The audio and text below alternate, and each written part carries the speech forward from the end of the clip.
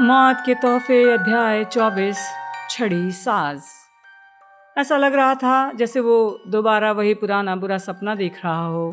फर्क सिर्फ इतना था कि पहले वो हॉगवर्ट्स की सबसे ऊंची मीनार के नीचे डंबलडोर के शरीर के पास घुटनों के बल बैठा था, जबकि इस बार घास पर पड़े छोटे से शरीर को घूर रहा था, जिसके सीने में बेलाट्रिक्स का चांदी का चाकू धंसा हुआ था। हैरी की आवाज़ अब भी कह रही थी, डॉबी डॉबी। लेकिन वो जानता था जिन्न वहां पहुंच चुका है जहां से कोई वापस लौट कर नहीं आ सकता। घरेलू जिन्न के ऊपर झुकने के एक आध मिनट बाद उसे एहसास हुआ वो सही जगह पर आ गए हैं, क्योंकि बिल, फ्लर, डीन और लूना उसके आसपास आ गए थे। हरमाइनी हरमाइनी कहाँ है? उसने अचानक पूछा। रॉन उसे भीतर ले गया है, वो बिल्कुल ठीक हो जाएगी, बिल ने कहा। हैरी ने डॉबी की तरफ देखा, हाथ बढ़ाकर जिन्न के शरीर से तेज धार वाला चाकू निकाल दिया। फिर उसने अपनी जैकेट उठाकर डॉबी पर कंबल की तरह डाल दी। पास ही कहीं चट्टान से टकराती समुद्री लहरों की आवाज़ आ रही थी। हैरी इसी की आवाज़ सुनता रहा, जबकि बाकी लोग बातें करते रहे और निर्णय लेते रहे जिनमें उसकी ज़रा भी रुचि नहीं थी। डीन घायल ग्रिप हुक को मकान के भीतर ले गया। फ्लर तेजी से उनके साथ चली गई। अब बिल जिन्न को दफनाने का सुझाव दे रहा था। बिल क्या कह रहा था ये जाने बिना ही हैरी सहमत हो गया और डॉबी के छोटे शरीर को देखने लगा। तभी उसका निशान दुखने लगा, जलने लगा। उसके दिमाग के एक हिस्से ने दृश्य को इस तरह देखा जैसे किसी लंबे टेलीस्कोप के गलत सिरे से देख रहा हो। उसने देखा मेलफॉय महल में वोल्डेमॉर्ट पीछे छूट गए लोगों को सजा दे रहा है। वो बहुत गुस्से में था, मगर डॉबी के दुख के कारण हैरी को ये ज़्यादा महसूस नहीं हुआ। दुखद घटना के बाद हैरी ने पहली बार सोच समझ कर कुछ कहा। मैं कब्र जादू से नहीं, हाथों से खोदना चाहता हूँ। तुम्हारे यहाँ फावड़ा है? कुछ समय बाद वह अकेला काम में जुट गया। बिल ने उसे झाड़ियों के बीच बगीचे के सिरे पर एक जगह बता दी। वो वहीं पर कब्र खोद रहा था। वो जैसे आवेश में मेहनत का आनंद ले रहा था। उसे संतोष था। ये काम उसने जादू से नहीं किया था, क्योंकि उसके पसीने की हर बूंद और हाथ पर हर छाला उस जिन्न के प्रति कृतज्ञता का भाव व्यक्त कर रहा था जिसने उसकी जान बचाई थी। उसका निशान जलने लगा, लेकिन वो दर्द का मालिक था। उसे दर्द महसूस हुआ, लेकिन हावी नहीं हो पाया। उसने आखिरकार वोल्डेमॉर्ट के प्रति अपना दिमाग बंद करना सीखा, उस पर नियंत्रण करना सीखा। वो चीज़ जो डंबलडोर उसे स्नैप से सिखलाना चाहते थे। पहले जब हैरी सीरियस के कारण दुखी था, तब वोल्डेमॉर्ट हैरी पर कब्जा नहीं जमा पाया था। उसी तरह आज भी उसके विचार हैरी पर हावी नहीं हो सकते थे जब वो डॉबी के लिए दुखी हो रहा था। ऐसा लग रहा था दुख वोल्डेमॉर्ट को दूर भगाता है। हालांकि जाहिर है डंबलडोर निश्चित रूप से इसे प्रेम कहते थे। हैरी सख्त ठंडी जमीन को लगातार गहरा और गहरा खोदता गया। वो पसीने में अपने दुख को डुबाता रहा और अपने निशान के दर्द को नज़रअंदाज करता रहा। अंधेरे में उसकी सांसों और समुद्र की लहरों के अलावा कोई आवाज़ नहीं थी। उसके हाथ एक लय में काम कर रहे थे। उसके विचार क्रमबद्ध हो रहे थे। मौत के तोहफे, होर्क्रेक्स, मौत के तोहफे, होर्क्रेक्स। बहरहाल उसके मन में अब उस भयंकर दीवानगी भरी हसरत की आग नहीं धधक रही थी। दुख और डर ने उसे बुझा दिया था। उसे महसूस हुआ जैसे किसी ने तमाचा मारकर उसे जगा दिया हो। हैरी कब्र के गड्ढे में उतरता गया। वो जानता था कि आज रात वोल्डेमॉर्ट कहाँ गया था और नरमन गार्ड की सबसे ऊंची कोठरी में उसने किसे और क्यों मारा था। उसने वर्मटेल के बारे में सोचा, जो दया के एक छोटे अवचेतन भाव की वजह से मारा गया था। डंबलडोर को ये पहले ही पता था। उन्हें और क्या क्या पता था। हैरी को समय का भान नहीं रहा। वो सिर्फ इतना जानता था, अंधेरा थोड़ा कम हो गया था जब रॉन और डीन उसके करीब आए। हरमाइनी कैसी है? बेहतर है, फ्लर उसकी देखभाल कर रही है, रॉन बोला। अगर वो लोग उससे पूछते कि उसने अपनी छड़ी से आदर्श कब्र क्यों नहीं तैयार की, तो उसके पास सटीक जवाब था, लेकिन इसकी ज़रूरत नहीं पड़ी। वो उसके बनाए गड्ढे में अपने फावड़े लेकर कूद पड़े। खामोशी से काम करते रहे जब तक गड्ढा पर्याप्त गहरा नहीं हो गया। हैरी ने जिन्न को अच्छी तरह से अपनी जैकेट में लपेटा। रॉन ने कब्र के किनारे बैठकर अपने मोजे उतारे और जिन्न के नंगे पैरों पर रख दिए। डीन ने ऊन का हैट उतारा, जिसे हैरी ने सावधानी से डॉबी के सिर पर रख दिया, जिससे उसके चमगादड़ जैसे कान छिप गए। हमें उसकी आंखें बंद कर देनी चाहिए। हैरी ने और लोगों के आने की आवाज़ नहीं सुनी। बिल एक यात्री चोगा पहने था, फ्लर एप्रन में थी। हरमाइनी फ्लर का ड्रेसिंग गाउन पहने थी। उसका चेहरा पीला था, वो लड़खड़ा रही थी। लूना जो फ्लर का कोट पहने थी झुक गई। और उसने अपनी उंगलियां कोमलता से जिन्न की दोनों पलकों पर रख दी और कांच जैसी पुतलियों के ऊपर सरका दिया। फिर वो धीरे से बोली, अब ऐसा लगता है जैसे वो सो रहा हो। हैरी ने जिन्न को कब्र में ऐसी मुद्रा में लिटाया जैसे वो आराम कर रहा हो। फिर उसने कब्र के बाहर निकलकर उस छोटे शरीर को आखिरी बार देखा। उसने दृढ़ता से अपने आंसू रोके। जब उसे डंबलडोर की अंत्येष्टि याद आई जहां सुनहरी कुर्सियों की कई कतारें थी, उसे महसूस हुआ डॉबी भी उतनी ही शानदार अंत्येष्टि का हकदार था, लेकिन इस वक्त वो झाड़ियों के बीच हाथ से खोदे गए गड्ढे में पड़ा था। मुझे लगता है हमें कुछ कहना चाहिए, लूना ने कहा। सबसे पहले मैं बोलती हूँ, ठीक है? हर व्यक्ति उसे देखने लगा जब उसने कब्र में लेटे मृत जिन्न को संबोधित किया। डॉबी, मुझे उस तहखाने से बचाने के लिए बहुत बहुत धन्यवाद। ये बहुत बड़ा अन्याय है कि तुम्हें मरना पड़ा, जबकि तुम इतने अच्छे और बहादुर थे। तुमने हमारे लिए जो किया वो याद रहेगा मुझे हमेशा। मुझे उम्मीद है तुम जहाँ भी रहोगे खुश रहोगे। वो मुड़ी। उसने उम्मीद के साथ रॉन को देखा, जिसने अपना गला साफ किया और भारी आवाज में बोला, हाँ धन्यवाद डॉबी, शुक्रिया। डीन बुदबुदाया। हैरी ने थूक निगला। अलविदा डॉबी, उसने कहा। उसके मुंह से इससे ज्यादा शब्द नहीं निकल पाए, लेकिन लूना ने उसकी भावनाएं व्यक्त कर दी थी। बिल ने छड़ी लहराई। कब्र के पास पड़े मिट्टी के ढेर ने उड़कर लाश को अच्छी तरह ढक लिया। एक छोटा सा लाल टीला बन गया। हैरी ने बाकी लोगों से कहा, बुरा मत मानना, मैं थोड़ी देर रुकना चाहता हूँ। उन्होंने कुछ शब्द बुदबुदाए, वो सुन नहीं पाया। सभी लोग उसकी पीठ थपथपाकर मकान के अंदर चले गए। हैरी जिन्न की कब्र में अकेला रह गया। उसने चारों तरफ देखा। क्यारियां बड़े सफ़ेद पत्थरों से बनी थी जो समुद्र के कारण चिकने हो गए थे। उसने एक बड़ा पत्थर उठाया, तकिए की तरह उस जगह के ऊपर रख दिया जहां इस वक्त डॉबी का सिर था। फिर उसने अपनी जेब में छड़ी टटोली। उसमें 2 छड़ियां थीं। वो भूल गया था। उसे याद ही नहीं आया कि कौन सी किसकी छड़ी है। उसे बस इतना याद था, उसने उन्हें किसी के हाथ से छुड़ाया था। उसने उनमें से ज़्यादा छोटी को चुना जो उसके हाथ में ज़्यादा दोस्ताना लग रही थी। फिर उसने छड़ी पत्थर की तरफ तान दी। धीरे धीरे उसके निर्देशों के अनुसार पत्थर की सतह पर गहरे निशान बनने लगे। वो जानता था हरमाइनी इस काम को ज़्यादा सफाई से और जल्दी कर सकती थी, लेकिन कब्र खोदने की तरह इस काम को वो खुद करना चाहता था। हैरी जब दोबारा खड़ा हुआ तो पत्थर पर लिखा था, यहाँ पर स्वतंत्र घरेलू जिन्न डॉबी आराम कर रहा है। वो कुछ पल तक पत्थर पर लिखी इबारत देखता रहा, फिर चल दिया। उसका निशान दुख रहा था। उसके मन में बहुत सी बातें थीं। जब वो छोटे हॉल में पहुंचा तो उसने देखा बाकी लोग लिविंग रूम में थे। सभी का ध्यान बिल पर केंद्रित था। हैरी गलीचे पर कीचड़ नहीं टपकाना चाहता था, इसलिए दरवाजे पर खड़े होकर वो बिल की बातें सुनता रहा। किस्मत अच्छी है जिन्हीं की छुट्टियां चल रही हैं। अगर वो हॉगवर्ट्स में होती तो हमारे उस तक पहुंचने से पहले वो उसे पकड़ लेते। अब हम जानते हैं कि वो भी सुरक्षित है। उसने मुड़कर चारों तरफ देखा। हैरी दरवाजे पर था।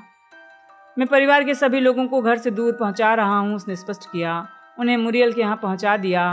प्राण भक्षी अब जान गए हैं कि रॉन तुम्हारे साथ है, इसलिए वो परिवार को निशाना बनाएंगे। माफ़ी मत मांगो, ये तो देर सबेर होना ही था। डैडी महीनों से कह रहे हैं हमारा परिवार खून का सबसे बड़ा गद्दार है। उसने हैरी के चेहरे के भाव को देखकर कहा, उन्हें सुरक्षित कैसे रखा जा रहा है? हैरी ने पूछा। रहस्य रक्षक सम्मोहन से। टेडी रहस्य रक्षक हैं। हमने इस मकान पर भी रहस्य रक्षक सम्मोहन कर रखा है। यहाँ पर मैं रहस्य रक्षक हूँ। हम में से कोई भी ऑफिस नहीं जा सकता, लेकिन अभी ज़्यादा मायने नहीं रखता। ओलिवेंडर और ग्रिप हुक के ठीक होते ही हम उन्हें मुरियल के यहाँ पहुँचा देंगे। यहाँ ज़्यादा जगह नहीं है। मुरियल के यहाँ बहुत सारी जगह है। ग्रिप हुक के पैर ठीक हो रहे हैं। फ्लर ने उसे अस्थिवर्धक काढ़ा पिला दिया है। हम शायद उन्हें 1 आध घंटे में वहाँ पहुँचा सकते हैं। नहीं, मुझे उन दोनों की यहाँ ज़रूरत है। मुझे बातचीत करनी है, महत्वपूर्ण है, हैरी ने कहा। बिल हैरान दिखने लगा। उसे अपनी आवाज़ में सत्ता और विश्वास का अंदाज सुनाई दिया। उसमें उद्देश्य का एहसास था जो उसे डॉबी की कब्र खोदते समय महसूस हुआ था। सभी के चेहरे मुड़कर उसकी तरफ हो गए। वो सब हैरान थे।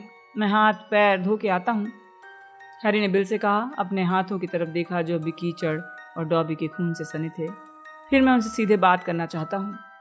वो छोटे से किचन में गया जिसकी खिड़की के नीचे बेसिन था। वहाँ से समुद्र दिख रहा था। आसमान में सुबह की लाली छा रही थी, गुलाबी और हल्की सुनहरी। हाथ धोते समय एक बार फिर विचारों का वही सिलसिला शुरू हो गया जो अंधेरे बगीचे में चल रहा था। डॉबी उन्हें कभी बता नहीं पाएगा उसे तहखाने में किसने भेजा था, लेकिन हैरी जानता था। उसने क्या देखा था? आईने के टुकड़े में एक नीली आंख दिखी थी और मदद फौरन मिल गई थी। मदद मांगने वालों को हॉगवर्ट्स में मदद हमेशा मिलेगी। हैरी ने हाथ पोंछे। उसे खिड़की के बाहर के दृश्य की सुंदरता या सिटिंग रूम में बैठे लोगों की बुदबुदाहटों से कोई फर्क नहीं पड़ रहा था। उसने समुद्र देखा, महसूस किया इस सुबह वो रहस्य को समझने के ज़्यादा करीब पहुंच गया था। उसका निशान टीस मार रहा था। हैरी जानता था कि वोल्डेमॉर्ट भी वहीं जा रहा था। हैरी समझ गया, लेकिन फिर भी विचलित नहीं हुआ। उसका सहज भाव उसे एक रास्ते पर चलने की सलाह दे रहा था। हैरी के दिमाग में डंबलडोर मुस्कुरा रहे थे, उसे अपनी जुड़ी हुई उंगलियों के नोक के ऊपर से देख रहे थे, जो जैसे प्रार्थना में जुड़ी थी।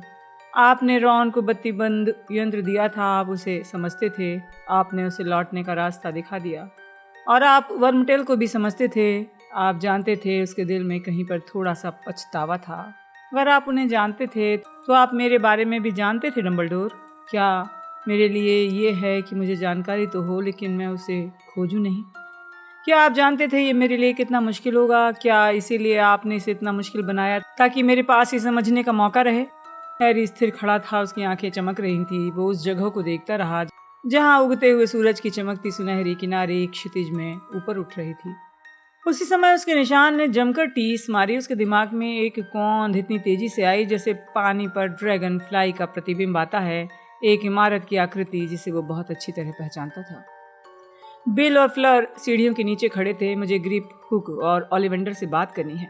नहीं, तुम्हें इंतज़ार करना होगा हैरी, वो दोनों बीमार और थके हुए हैं। माफ़ करना, लेकिन मैं इंतज़ार नहीं कर सकता। मुझे इसी वक्त उनसे बातचीत करनी है, अकेले में और अलग अलग। हैरी, आखिर क्या हो रहा है? तुम यहाँ पर एक मरे हुए घरेलू जिन्न और आधे बेहोश पिशाच के साथ आए हो, और हरमाइनी को देखकर लग रहा है जैसे उसे यातना दी गई हो। रॉन ने कुछ भी बताने से इनकार कर दिया है। हम तुम्हें कुछ नहीं बता सकते कि हम क्या कर रहे हैं, हैरी ने सपाट स्वर में कहा।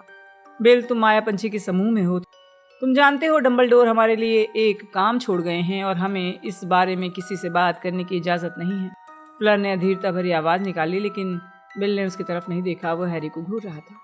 ठीक है, तुम पहले किससे बात करना चाहते हो? हैरी झिझका। वो जानता था कि उसके इस निर्णय पर बहुत कुछ निर्भर है। अब बहुत कम समय बचा है। उसे इसी वक्त ये फैसला करना था, होरक्रक्स या मौत के तोहफे। ग्रिप हुक, हैरी ने कहा। मैं पहले ग्रिप हुक से बात करूंगा। उसका दिल सरपट भाग रहा था, जैसे उसने दौड़ते दौड़ते अभी अभी एक बड़ी बाधा को पार कर लिया हो। तो फिर इधर चलो, बिल ने आगे चलते हुए कहा। हैरी कई सीढ़ियां चढ़कर रुक गया। उसने मुड़कर देखा। तुम दोनों भी चलो, रॉन और हरमाइनी से कहा, जो सिटिंग रूम के दरवाजे पर थोड़े छुपे हुए खड़े थे। दोनों रोशनी में आगे आए और उनके चेहरे पर अजीब तरह के राहत के भाव नजर आ रहे थे। तुम कैसी हो? तुमने कमाल का काम किया है। जब वो तुम्हें इतनी बुरी तरह यातना दे रही थी, तब भी तुमने इतनी अच्छी कहानी गढ़ ली। हरमाइनी ने पूछा। अब हम क्या करने जा रहे हैं हैरी? तुम्हें अभी पता चल जाएगा, चलो। हैरी, रॉन और हरमाइनी बिल के पीछे पीछे सीढ़ियां चढ़कर पहुंच गए। वहां 3 दरवाजे थे। यहाँ अंदर, बिल ने कहा, और अपने और फ्लर के कमरे का दरवाज़ा खोल दिया। यहाँ से भी समुद्र का नज़ारा दिख रहा था, जो अब सूर्योदय की वजह से सुनहरा चमक रहा था। हैरी खिड़की के पास पहुंचा। इस शानदार दृश्य की तरफ पीठ फेर ली, सीने पर हाथ बांध कर इंतजार करने लगा। उसके निशान में दर्द की लहरें उठ रही थीं। हरमाइनी ड्रेसिंग टेबल के पास वाली कुर्सी पर बैठ गई और रॉन उसी कुर्सी के हत्थे पर। बिल छोटे पिशाच को उठाकर लाया, जिसे उसने धीरे से पलंग पर लटा दिया। ग्रिप हुक ने बुदबुदाकर धन्यवाद दिया और बिल दरवाज़ा बंद करके बाहर चला गया। मुझे अफसोस है, मैंने आपको आराम नहीं करने दिया। आपके पैर कैसे हैं? काफ़ी दर्द है, लेकिन सुधार हो रहा है। वो अब भी गरुड़द्वार की तलवार को जकड़े हुए था और उसके चेहरे पर अजीब सा भाव था, आधी बगावत का, आधी दिलचस्पी का। हैरी ने पिशाच की पीली चमड़ी, लंबी पतली उंगलियों और काली आंखों को देखा। फ्लर ने उसके जूते उतार दिए थे। उसके लंबे पैर गंदे थे।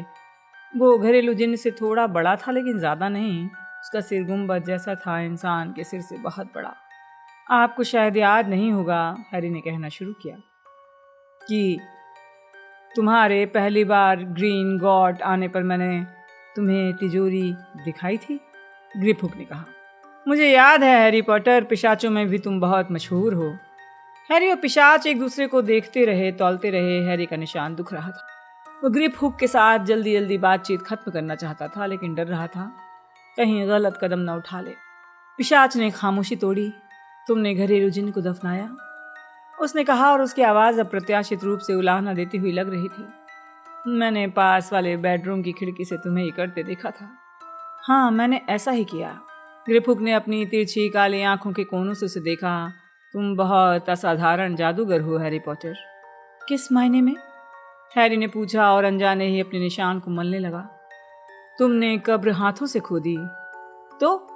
ग्रिफुक ने कोई जवाब नहीं दिया। हैरी को लगा वो मगलुओं की तरह काम करने के लिए उस पर ताना मार रहा है, लेकिन उसे इस बात से ज़्यादा फर्क नहीं पड़ता था कि ग्रिफुक कब्र की प्रशंसा करता था या नहीं। उसने खुद को हमले के लिए तैयार किया। ग्रिफुक, मुझे ये पूछना है, तुमने एक पिशाच को भी बचाया? क्या? तुम मुझे यहाँ लाए, मुझे बचाया? मुझे लगता है इस बात पर तुम्हें अफसोस नहीं होगा। नहीं हैरी पॉटर, ग्रिफुक ने कहा और अपनी ठुड्डी की पतली काली दाढ़ी पर एक उंगली घुमाई। लेकिन तुम बहुत अजीब जादूगर हो। ठीक है, देखो ग्रिफुक, मुझे थोड़ी मदद की ज़रूरत है, तुम मेरी मदद कर सकते हो। ग्रिफुक ने उत्साह बढ़ाने वाली कोई प्रतिक्रिया नहीं की, बल्कि हैरी को त्योरियां चढ़ाकर देखता रहा। मुझे ग्रिंगॉट की एक तिजोरी में घुसना है। हैरी ये बात इतनी स्पष्टता से नहीं बोलना चाहता था, लेकिन उसके मुंह से अचानक ये शब्द निकल गए। जब उसके बिजली जैसे निशान में तेज दर्द हुआ, उसे एक बार फिर हॉगवर्ट्स की आकृति दिखी। उसने अपना दिमाग दृढ़ता से बंद कर लिया। उससे पहले ग्रिफुक से निपटना था। रॉन और हरमाइनी उसे ऐसे घूर रहे थे जैसे वो पागल हो गया हो। हैरी, हरमाइनी ने कहा, लेकिन ग्रिफुक ने उनकी बात बीच में काट दी। ग्रिंगॉट की एक तिजोरी में घुसना है? ये असंभव है। नहीं, ये संभव नहीं है। ये पहले भी हो चुका है। रॉन ने उसकी बात का विरोध किया। हाँ, उसी दिन जब मैं तुमसे पहली बार मिला था, मेरे जन्मदिन पर 7 साल पहले, वो तिजोरी खाली थी। हैरी समझ गया। हालांकि ग्रिफुक ग्रिंगॉट छोड़ आया था, लेकिन वो इसकी सुरक्षा तोड़े जाने के विचार को बुरा मान गया था। उसकी सुरक्षा बड़ी मामूली थी। पिशाच ने कहा, देखो, हम जिस तिजोरी में घुसना चाहते हैं वो खाली नहीं है, और मुझे लगता है सुरक्षा तगड़ी होगी। लेस्ट्रेंज परिवार की तिजोरी। उसने हरमाइनी और रॉन को हैरानी से एक दूसरे से नजरें मिलाते देखा, लेकिन ग्रिफुक के जवाब देने के बाद उन्हें समझाने के लिए काफी वक्त रहेगा। कोई संभावना नहीं है, जरा भी नहीं। अगर आप खोज रहे हो हमारे फर्श के नीचे वो खजाना जो आपका नहीं है, तो चोर महाशय, आपको चेतावनी दे दी गई है, रहना सावधान। हाँ, मैं जानता हूँ, मुझे याद है, लेकिन मैं अपने फायदे के लिए किसी का खजाना लूटने नहीं जा रहा हूँ। क्या तुम्हें इस बात पर यकीन है? पिशाच ने कनखियों से हैरी की तरफ देखा। हैरी के माथे का निशान एक बार फिर दुखा, लेकिन उसने नजरअंदाज किया। अगर कोई ऐसा जादूगर है जिसके बारे में मुझे यकीन है कि वो व्यक्तिगत लाभ नहीं चाहता, तो वो तुम हो हैरी पॉटर, ग्रिफुक ने आखिरकार कहा। पिशाच और घरेलू जिन्न उस सुरक्षा और सम्मान के आदि नहीं है जो आज रात तुमने उनके प्रति दिखाया है। छड़ी वाहकों से नहीं। छड़ी वाहक? हैरी ने दोहराया। ये वाक्यांश उसे बहुत अजीब लगा। उसका निशान दुखा। वोल्डेमॉर्ट के विचार उत्तर दिशा में केंद्रित थे और हैरी अगले कमरे में लेटे ओलिवेंडर से सवाल पूछने के लिए छटपटा रहा था। छड़ी रखने का अधिकार। इस मामले में जादूगरों और पिशाचों के बीच लंबे समय से विवाद है। देखो, पिशाच छड़ियों के बिना जादू कर सकते हैं, रॉन बोला। इससे फर्क नहीं पड़ता। जादूगर अन्य जादुई प्राणियों को छड़ियों के रहस्य नहीं बताते हैं, वो हमें अपनी शक्तियां नहीं बढ़ाने देते। देखो, पिशाच भी तो अपने जादू के बारे में किसी को नहीं बताते। आप लोग हमें यह नहीं सिखाते हैं कि आप किस तरह से तलवार और हथियार बनाते हैं। पिशाच धातु को इस तरह ढाल सकते हैं जो जादूगर नहीं कर सकते। रॉन ने पलटवार किया। इससे कोई फर्क नहीं पड़ता है। ये जादूगर बनाम पिशाच या किसी दूसरे जादुई प्राणी के बारे में नहीं है। पिशाच कुटिलता से हंसा। लेकिन ये इसी बारे में है। शैतानी शहनशाह से ज्यादा शक्तिशाली बनने पर तुम्हारी जाति मेरी जाति से ज्यादा ऊपर हो जाती है। जादूगर ग्रिंगॉट पर शासन करने लगते हैं। घरेलू जिन्नों का कत्ल किया जाता है। और कौन सा छड़ी वाहक इस बात का विरोध करते हैं? हम करते हैं, हरमाइनी ने कहा। वो तनकर बैठ गई। उसकी आंखें चमक रही थी। हम इसका विरोध करते हैं ग्रिफुक। मुझे भी किसी पिशाच या जिन्न जितना ही सताया जा रहा है। मैं बदजात हूँ। ऐसा मत बोलो, रॉन बुदबुदाया। क्यों ना बोलूं? बदजात हूँ तो हूँ, मुझे इस बात पर गर्व है। इस नए शासन में मेरी स्थिति तुमसे ज्यादा अच्छी नहीं है ग्रिफुक। मेलफॉय महल में उन्होंने यातना देने के लिए मुझे चुना था। ये बोलते समय उसने अपने ड्रेसिंग गाउन का गला एक तरफ सरकाया। बेलाट्रिक्स के चाकू का पतला घाव उसके गले पर चमक रहा था। क्या तुम जानते हो हैरी ने ही डॉबी को आजाद किया था? हरमाइनी ने पूछा। क्या तुम जानते हो हम बरसों से जिन्नों को आजाद करवाना चाहते हैं? तुम जानते हो कौन की हार जितनी हम चाहते हैं उतनी तुम नहीं चाह सकते ग्रिपहुक। पिशाच ने हरमाइनी को भी हैरी जितना ही जिज्ञासा से देखा। तुम लेस्ट्रेंज परिवार की तिजोरी से क्या निकालना चाहते हो? उसके भीतर जो तलवार है वो नकली है। मुझे लगता है ये बात तुम पहले से ही जानते हो, क्योंकि मुझसे वहां इस बारे में झूठ बोलने को कहा था तुमने। लेकिन नकली तलवार के अलावा भी उस तिजोरी में कई चीजें होंगी, है ना? उसका दिल पहले से ज्यादा तेजी से धड़क रहा था। पिशाच ने एक बार फिर अपनी दाढ़ी के चारों तरफ उंगली घुमाई। ग्रीन गॉड के रहस्यों को उजागर करना हमारी आचरण संहिता के खिलाफ है। हम बेशकीमती खजाने के संरक्षक हैं। हमारी हिफाजत में रखे गए सामानों के प्रति हमारा कर्तव्य है, वो अक्सर हमारे बनाए होते हैं। पिशाच ने तलवार को थपथपाया। उसकी काली आंखें हैरी, हरमाइनी, रॉन की ओर मुड़ी। आखिरकार वो बोला, इतने छोटे होकर इतने सारे लोगों से लड़ रहे हो, तुम हमारी मदद करोगे? किसी पिशाच की मदद के बिना अंदर घुसने की कोई संभावना नहीं है। तुम हमारी इकलौती आशा हो। मैं इस बारे में सोचूंगा। धन्यवाद, हैरी ने कहा। पिशाच ने अपना बड़ा गुंबद जैसा सिर हिलाया, छोटे पैर हिलाए। मुझे लगता है कि अस्थिवर्धक काढ़े ने अपना काम पूरा कर दिया है। मुझे नींद आ रही है, माफ करना। हाँ, जाहिर है, हैरी ने कहा। लेकिन कमरे से निकलने से पहले उसने झुककर पिशाच के पास से गरुण द्वार की तलवार उठा ली। ग्रिपहुक ने प्रतिरोध नहीं किया, लेकिन हैरी को लगा दरवाजा बंद करते समय उसे पिशाच की आंखों में द्वेष की झलक दिखी थी। सिरफिरा कहीं का, हमें अधर में लटका कर मजे ले रहा है, रॉन फुसफुसाया। हैरी, क्या तुम वही कह रहे थे जो मैं सोच रही हूँ? क्या तुम्हें लगता है लेस्ट्रेंज की तिजोरी में होर्क्रक्स है? हाँ, हमारे तिजोरी में घुसने की बात सुनकर बेलाट्रिक्स दहशत में आ गई थी। वो पगला गई थी। क्यों? उसने क्या सोचा था? हमने वहाँ क्या देखा होगा? कौन सी दूसरी चीज उठाई होगी? किस चीज के बारे में वो दहशत में थी कि तुम जानते हो कौन को उसका पता न लग जाए? लेकिन मुझे लगता है कि हम उन जगहों की तलाश कर रहे थे जहाँ तुम जानते हो कौन रहा था या उसने कोई महत्वपूर्ण काम किया था। रॉन ने उलझन में कहा, क्या वो कभी लेस्ट्रेंज दंपत्ति की तिजोरी में गया होगा? मुझे नहीं पता कि वो कभी ग्रिंगॉट के अंदर गया भी है या नहीं। कम उम्र में उसके पास सोना रहा ही नहीं होगा, क्योंकि उसके नाम कोई सोना छोड़कर नहीं गया था।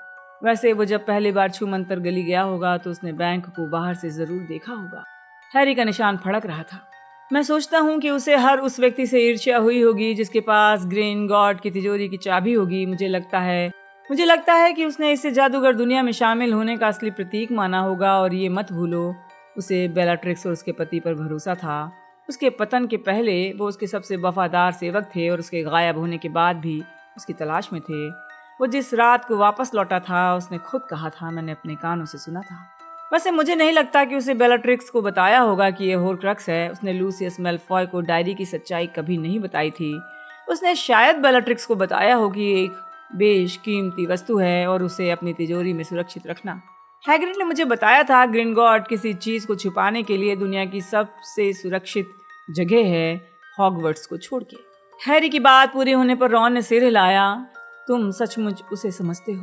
कुछ हिस्से, हैरी ने कहा। काश मैं डंबलडोर को इतना ही समझ पाता, लेकिन चलो देखते हैं। अब ओलिवेंडर से बात करते हैं। रॉन और हरमाइनी हैरान लेकिन प्रभावित दिख रहे थे जब वो उसके पीछे पीछे बिल और फ्लर के कमरे के सामने वाले कमरे का दरवाजा खटखटाने लगे।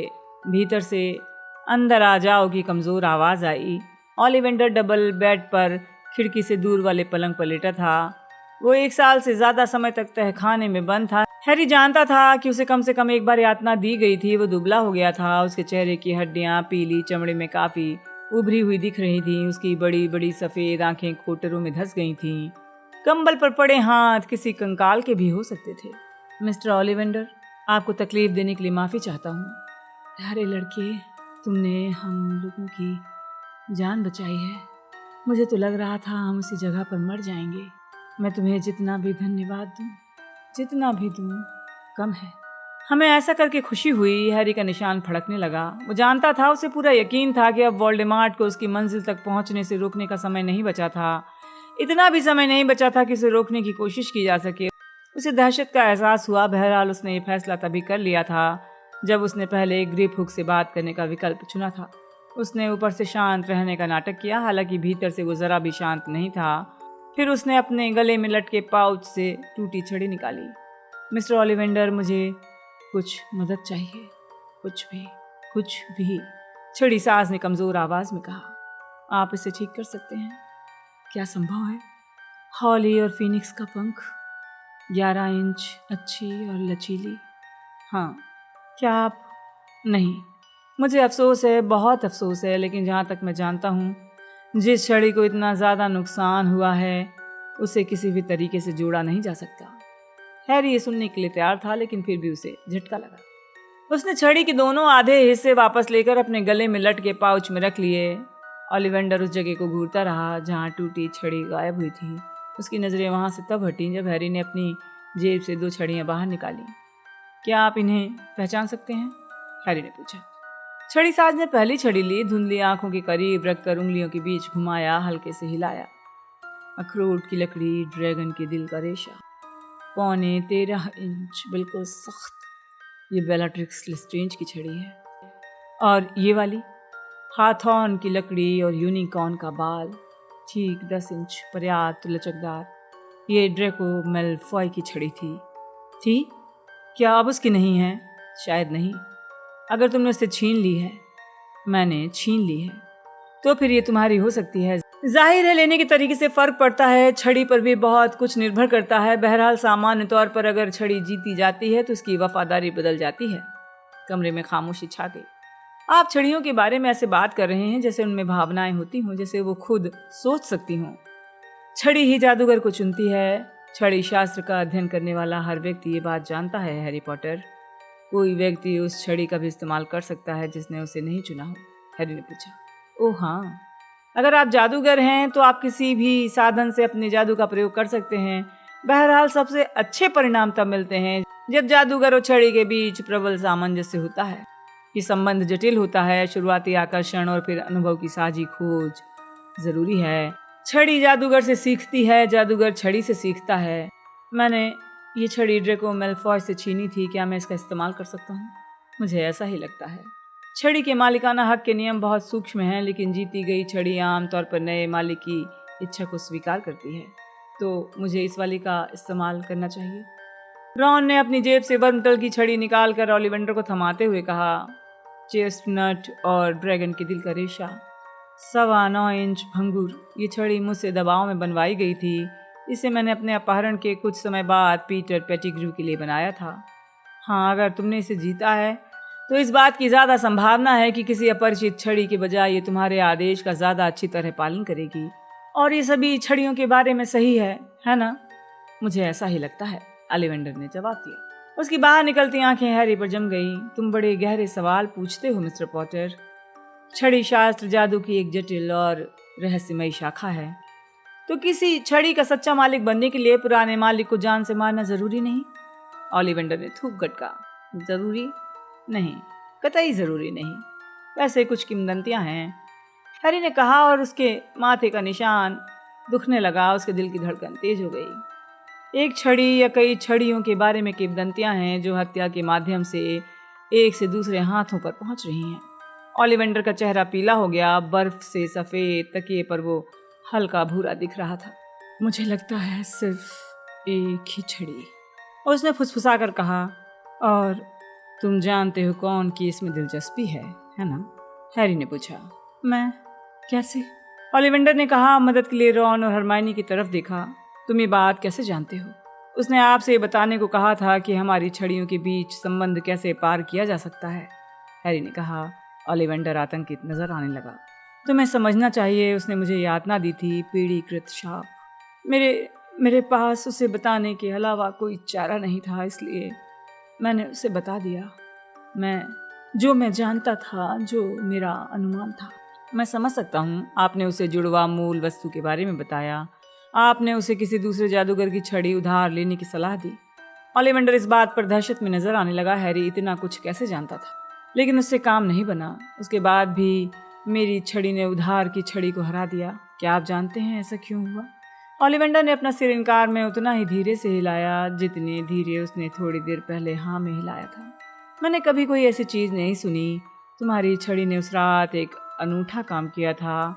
जुड़वा मूल वस्तुओं का संबंध अविश्वसनीय रूप से दुर्लभ होता है। बहरहाल मैं ये नहीं जानता तुम्हारी छड़ी ने उधार की छड़ी क्यों तोड़ दी। हम दूसरी छड़ी के बारे में बात कर रहे हैं, उस छड़ी के बारे में जो हत्या के माध्यम से भावी मालिक तक पहुंचती है। तुम जानते हो कौन को एहसास हो गया है मेरी छड़ी ने कोई अजीब काम कर दिया है। तो उसने लौट कर आपसे उस छड़ी के बारे में पूछा था, है ना? तुम्हें ये बात कैसे पता? हाँ, उसने पूछा था। वो उस छड़ी के बारे में मुझसे हर बात जानना चाहता था, जिसे मौत की छड़ी, किस्मत की छड़ी या अजीब छड़ी जैसे अलग अलग नामों से पुकारा जाता है। हैरी ने कनखियों से हरमाइनी को देखा, जो बौखलाई हुई दिख रही थी। शैतानी शहंशाह, ओलिवेंडर ने सहमे और खामोश अंदाज में कहा, मेरी बनाई छड़ी से हमेशा खुश थे। सदाबहार की लकड़ी और माया पंछी का पंख, 13.5 इंच लंबी। जब तक कि उन्हें जुड़वा मूल वस्तुओं के संबंध में पता नहीं चला था, अब वो ज़्यादा ताकतवर छड़ी चाहते हैं। उन्हें लगता है तुम्हारी छड़ी को जीतने का यही एकमात्र तरीका है। लेकिन अगर उसे अब तक पता नहीं चला है तो जल्दी ही पता चल जाएगा कि मेरी छड़ी टूट चुकी है, हैरी ने कहा।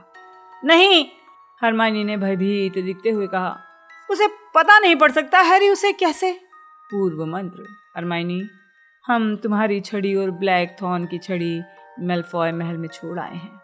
अगर वो छड़ियों की ठीक जांच करेंगे तो उनके द्वारा पूर्व में किए गए मंत्रों को देखेंगे, उन्हें दिख जाएगा तुम्हारी छड़ी ने मेरी छड़ी को तोड़ दिया है। वो देख लेंगे तुमने मेरी छड़ी सुधारने की कोशिश की थी। यहाँ आने के बाद हरमाइनी के चेहरे की जो थोड़ी बहुत रंगत लौट आई थी तत्काल चली गई। रॉन ने हैरी को झिड़कने वाले अंदाज में देखा। इस वक्त उसके बारे में चिंता करने की कोई ज़रूरत नहीं है। लेकिन मिस्टर ओलिवेंडर ने बीच में दखल दिया। शैतानी शहंशाह ये छड़ी को सिर्फ तुम्हारे विनाश के लिए नहीं चाहते मिस्टर पॉटर, वो इसके मालिक बनने के लिए दृढ़ संकल्पित हैं। उन्हें यकीन है इससे वो अजय बन जाएंगे। क्या ऐसा होगा? अजय छड़ी के मालिक को हमेशा हमले का डर होता है, ओलिवेंडर ने कहा। मेरे हिसाब से शैतानी शहंशाह के पास मौत की छड़ी होने का विचार भयंकर है। हैरी को अचानक याद आया, पहले मुलाकात में वो ये तय नहीं कर पाया था कि उसे ओलिवेंडर कितना पसंद आया था। वोल्डेमॉर्ट की यातना और कैद भोगने के बाद भी शैतानी शहंशाह के पास इस छड़ी के होने से उसे जितनी नफरत हो रही थी, उतना ही सम्मोहन भी हो रहा था। आप सचमुच सोचते हैं ये छड़ी इस दुनिया में है मिस्टर ओलिवेंडर? हरमाइनी ने पूछा। ओह हाँ, इतिहास में इस छड़ी के सफ़र को आसानी से खोजा जा सकता है। जाहिर है बीच में कई अंतराल रहे हैं जब ये नज़रों से खो गई है, कुछ समय के लिए गुम गई है या छुप गई है, लेकिन ये लौट आती है। इसकी पहचान के कुछ निश्चित लक्षण हैं जिन्हें छड़ी शास्त्र में निपुण लोग पहचान जाते हैं। कुछ गूढ़ लिखित वर्णन हैं जिनका अध्ययन मैं और अन्य छड़ी साज काफ़ी ध्यान से करते हैं। उनमें वास्तविकता का पुट है। तो आपको नहीं लगता कि ये परी कथा या मिथक है? हरमाइनी ने उम्मीद से पूछा। नहीं, मैं नहीं जानता इसका हत्या के द्वारा एक हाथ से दूसरे हाथ में पहुंचना जरूरी है या नहीं। बहरहाल इसका इतिहास खून खराबे वाला है, लेकिन ऐसा इस कारण भी हो सकता है क्योंकि ये इतनी मूल्यवान है कि हर व्यक्ति इसका मालिक बनना चाहता है और हर जादूगर के मन में इसे पाने की प्रबल इच्छा होती है। बेहद सशक्त और गलत हाथों में खतरनाक ये छड़ी शास्त्र के हम सभी विद्यार्थियों के लिए अद्भुत वस्तु रही है। मिस्टर ओलिवेंडर, आपने तुम जानते हो कौन को बता दिया था ग्रेगरोविच के पास अजय छड़ी है ना? ओलिवेंडर का चेहरा पहले से ज्यादा पीला हो गया। वो भुतहा दिख रहा था। उसने थूक गुटका। लेकिन कैसे? तुम्हें कैसे? इस बात की परवाह मत कीजिए, मुझे कैसे मालूम है, हैरी ने कहा। आंखें पल भर के लिए बंद की। उसका निशान जला। कुछ पल के लिए उसे हॉग्समीड की मुख्य सड़क दिखी, जहां अभी अंधेरा था क्योंकि ये उत्तर दिशा में बहुत दूर थी। आपने तुम जानते हो कौन को बता दिया कि ग्रेगरोविच के पास छड़ी थी। ऐसी अफवाह थी, एक अफवाह फैली थी बरसों पहले, तुम्हारे पैदा होने के पहले। मेरा मानना है ग्रेगरोविच ने इसे खुद फैलाया था। तुम देख सकते हो ये उसके धंधे के लिए कितना अच्छा था। वो अजय छड़ी के गुणों का अध्ययन कर रहा था और उसकी नकल कर रहा था। हाँ, मैं देख सकता हूँ, हैरी ने कहा। वो खड़ा हो गया। मिस्टर ओलिवेंडर, आखिरी बात, इसके बाद हम आपको आराम करने देंगे। आप मौत के तोहफों के बारे में क्या जानते हैं? क्या? मौत के तोहफे? मुझे कुछ नहीं पता। तुम किस बारे में बात कर रहे हो? क्या इसका छड़ियों से कोई लेना देना है? हैरी ने धसे हुए चेहरे की तरफ देखा। उसे यकीन हो गया ओलिवेंडर नाटक नहीं कर रहा था। वो मौत के तोहफों के बारे में सचमुच कुछ नहीं जानता। शुक्रिया, बहुत बहुत शुक्रिया। हम जाते हैं ताकि आप आराम कर सकें। ओलिवेंडर बहुत सदमे में था। उसने कराहते हुए कहा, वो मुझे यातना दे रहे थे, पीड़ीकृत शाप। तुम्हें तो इसका अंदाज़ा भी नहीं होगा। मुझे अंदाज़ा है, सचमुच है। आप आराम करें। मुझे ये सब बताने का धन्यवाद। वो रॉन और हरमाइनी के पहले सीढ़ियां उतर गया। हैरी को किचन की टेबल पर बैठे बिल, फ्लर, लूना और डेन की झलक दिखी। उनके सामने चाय के कप रखे थे। उन सभी ने हैरी को देखा जब वो दरवाजे पर नजर आया, लेकिन उनकी तरफ सिर हिलाकर बगीचे में चला गया। रॉन हरमाइनी उसके पीछे पीछे थे। हैरी के सिर में दर्द हो रहा था। जब वो मिट्टी के उस लाल चबूतरे के पास पहुंचा जिसके नीचे डॉबी लेटा था, अब उसे वोल्डेमॉर्ट की छवियों को बाहर रखने में बहुत कोशिश करना पड़ रही थी, जो उस पर हावी होना चाहती थी। लेकिन वो जानता था उसे सिर्फ कुछ समय तक विरोध करना है। वो बहुत जल्दी ही समर्पण कर देगा ताकि उसे ये पता चल जाए कि उसका अंदाजा सही था या नहीं। इससे पहले उसे बस रॉन और हरमाइनी के सामने स्थिति स्पष्ट करनी थी। काफी समय पहले ग्रेगोरोविच के पास अजय छड़ी थी, उसने कहा। मैंने, तुम जानते हो कौन, को उसकी तलाश करते देखा। ग्रेगोरोविच को खोजने पर पता चला वो छड़ी ग्रेगोरोविच के पास नहीं है, ग्रिंडेलवाल्ड ने उसे चुरा लिया था। मुझे ये तो नहीं मालूम ग्रिंडेलवाल्ड को ये कैसे पता चला कि ये ग्रेगोरोविच के पास थी, लेकिन अगर ग्रेगोरोविच इतना मूर्ख था कि अफवाह उसी ने फैलाई थी तो ये काम ज़्यादा मुश्किल नहीं रहा होगा। वोल्डेमॉर्ट हॉगवर्ट्स के प्रवेश द्वार पर था। हैरी देख सकता था वोल्डेमॉर्ट वहाँ खड़ा था। वो भोर के हल्के उजाले को भी देख सकता था। ग्रिंडेलवाल्ड अजय छड़ी की मदद से शक्तिशाली बन गया। वो शक्ति के शिखर पर पहुंच गया। डंबलडोर जानते थे कि सिर्फ वही उसे रोक सकते थे, इसलिए उन्होंने ग्रिंडेलवाल्ड से द्वंद्व युद्ध करके उसे हरा दिया। अजय छड़ी ले ली। डंबलडोर के पास अजय छड़ी थी, लेकिन तब तो वो इस वक्त कहाँ है? रॉन ने पूछा। हॉगवर्ट्स में, हैरी ने कहा। रॉन और हरमाइनी के साथ बगीचे में बने रहने के लिए जूझा। लेकिन तब तो हमें वहां चलना चाहिए। चलो हैरी, चलते हैं, उसे ले लेते हैं इससे पहले कि वो हथिया ले। अब बहुत देर हो चुकी है। वो खुद को रोक नहीं पाया, लेकिन उसने अपना सिर पकड़ा और प्रतिरोध करने की कोशिश की। वो जानता है छड़ी कहाँ है, वो इस वक्त वहीं है। हैरी, तुम्हें ये बात कब से मालूम है? तुमने वक्त क्यों बर्बाद किया? तुमने ग्रेप हुक से पहले बात क्यों की? हम जा सकते थे, हमारे पास उस वक्त समय था। नहीं, हैरी ने कहा और घास पर घुटनों के बल बैठ गया। हरमाइनी ने सही कहा। डंबलडोर नहीं चाहते थे मैं इसका मालिक बनूं, वो मेरे पास आए। वो चाहते थे मैं होरक्रक्स खोजूं, अजय छड़ी। हैरी, रॉन बुदबुदाया। मेरा काम उसे खोजना नहीं था, मेरा काम होरक्रक्सों को खोजना है। हर चीज ठंडी और अंधेरी हो गई। सूरज क्षितिज पर मुश्किल से दिख रहा था जब वो स्नैप के साथ मैदान से झील की ओर चला। मैं कुछ देर बाद तुमसे महल में मिलता हूँ, उसने अपनी ऊंची ठंडी आवाज में कहा। इस वक्त मुझे अकेला छोड़ दो। स्नैप ने सिर झुकाया, वापस चला गया। उसका काला चोगा पीछे लहरा रहा था। हैरी धीरे धीरे चला और स्नैप की आकृति के गायब होने का इंतजार किया।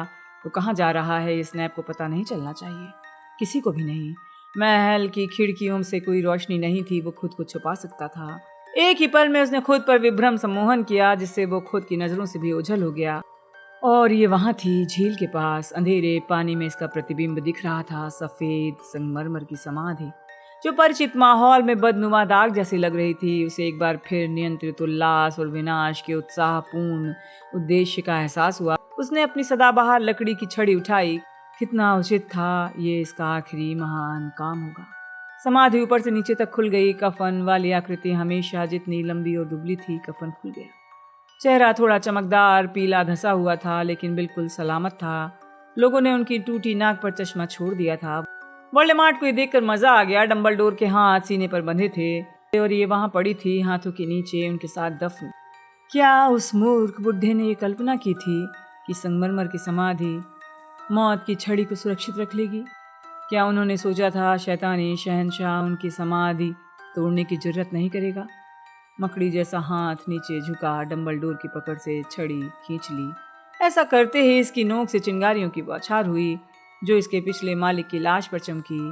ये छड़ी आखिरकार अपने नए मालिक की सेवा करने को तैयार थी।